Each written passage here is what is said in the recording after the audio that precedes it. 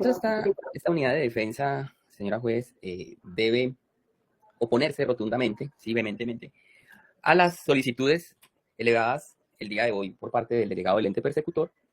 Estas son la legalidad de la orden de registro y allanamiento, así también como la captura y la legalidad, consecuencialmente, de los elementos que fueron obtenidos en virtud precisamente a esa orden de registro y allanamiento. Para empezar, señora jueza, esta defensa le tendrá que decir que estamos frente a una orden evidentemente inconstitucional. Y esa inconstitucionalidad que pesa sobre dicha orden de registro y allanamiento, como más adelante usted se podrá dar cuenta, afectó el resto de garantías constitucionales que reposan sobre mi defendida. Ya no solo sobre ella, sino sobre sus hijos menores de edad.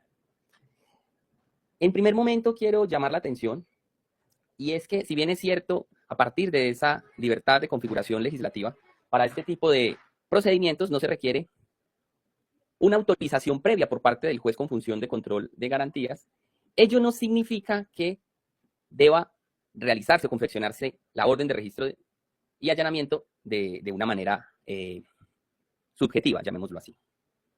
Ya que precisamente por ser un medio que sin lugar a dudas afecta derechos y garantías constitucionales y fundamentales, especialmente el derecho a la intimidad, pues exige por parte de quien emite una medida tan invasiva, tan gravosa como esta, pues de que se cumplan ciertos cánones, ciertos estándares mínimos para que ésta cumpla con unos fines constitucionales. Desde aquí quiero especialmente, y es que en ninguna parte de toda la orden de registro y allanamiento se realizó un test de proporcionalidad.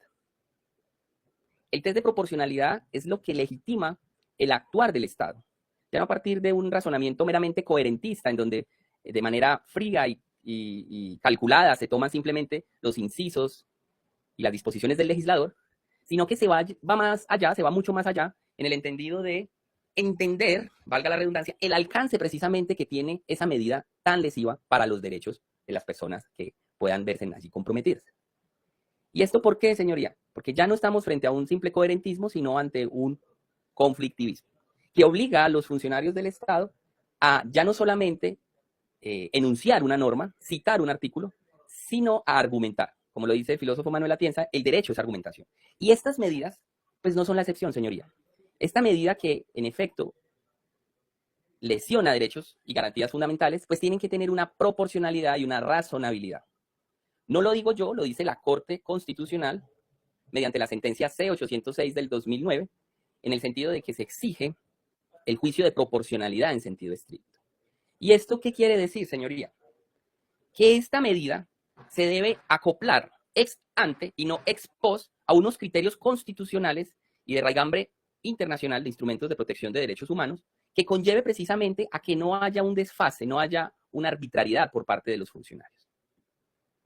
En ese sentido, entonces, ese test de proporcionalidad que es completamente ausente en la orden de registro y allanamiento a partir de la cual ingresaron a la morada de mi defendida, pues no se desglosó, por lo menos para esta unidad de defensa, respetuosamente lo tiene que decir, no se logra absolver cuestionamientos como cuál es la idoneidad de esa orden de registro y allanamiento.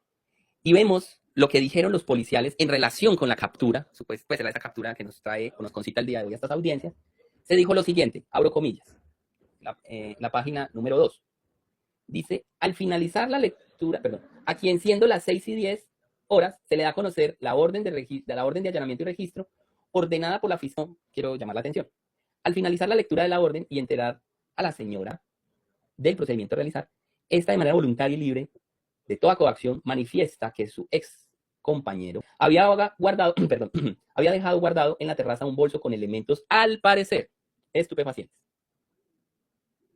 Yo quiero acá hacer una pausa, señora jueza, con todo respeto. Y es que para esta defensa no tiene asidero constitucional, y mucho menos factual, de que aún después de que los policiales hubiesen llegado a este inmueble, que por demás en el registro fotográfico aparece cuando estaban tumbando la puerta de la vivienda de mi prohijada, pero no cuando estaban tocando. Pero relevemos esa discusión. Pensémoslo solamente en este contexto. Llegan los policiales le presentan la orden de registro de allanamiento a mi prohijada.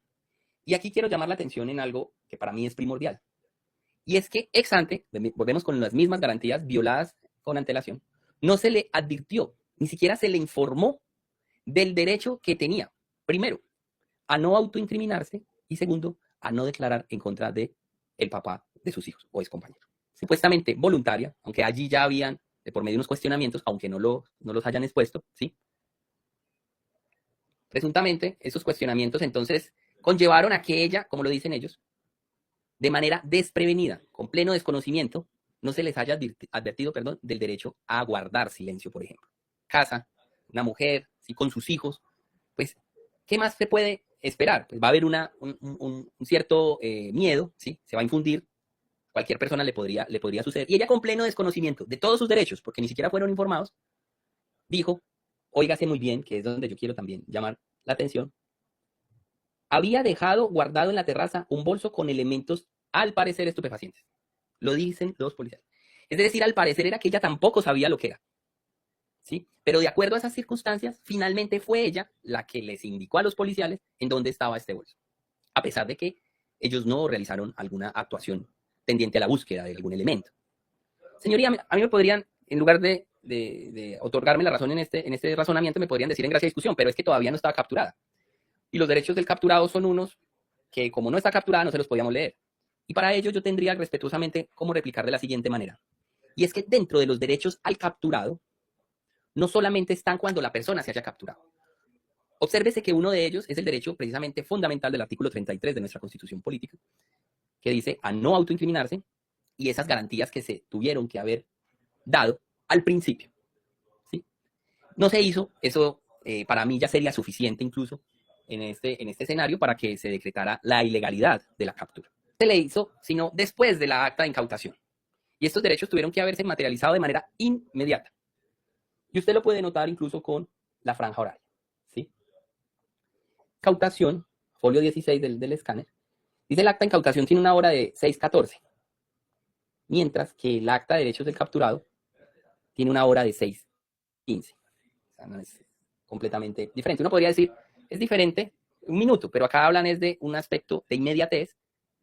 Se hizo primero el acta de incautación, específicamente antes de que se materializara los derechos de la capturada. Ya tuvo que haber estado presente, tuvo que haber sido notificada, por lo menos para haberse dado cuenta de que la sustancia que le incautaron en la terraza que ella entregó allá en su casa, sea la misma que estaba pesando, y que los reactivos que le aplicaron a dicha sustancia, pues guardan relación, ¿sí? Científica con las formas, es decir, un acto, si se quiere, explicativo en ese sentido. Intervención tan lesiva, tan gravosa como la que hubo, desde ese test de proporcionalidad, que ya se expuso, frente a la flagrancia o la captura como tal, pues la Fiscalía adujo el numeral primero del artículo 301. Y nótese que dice a la letra, la persona es sorprendida y aprehendida durante la comisión del delito. Ese durante implica que en efecto se haya estado en medio, ¿sí? Ejecutando, es un gerundio. En realidad, señoría, aquí no existió una flagrancia, porque realmente ella ni siquiera, como se expuso con antelación, sabía de esa sustancia, el contenido de ese maletín, así fue también expuesto por los policiales.